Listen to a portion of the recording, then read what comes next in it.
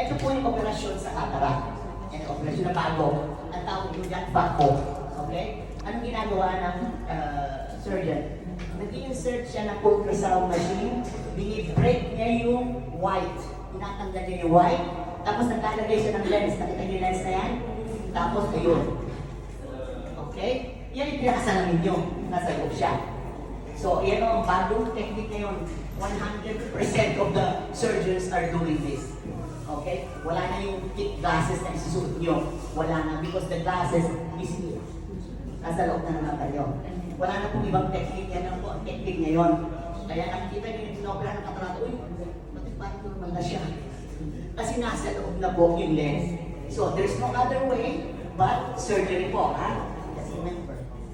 So, ngayon, sinasabi nila yung secondary cataract. Ano ba yun? Ano ba yun? Yung lente natin po, napapalutan niya ng film. So, pag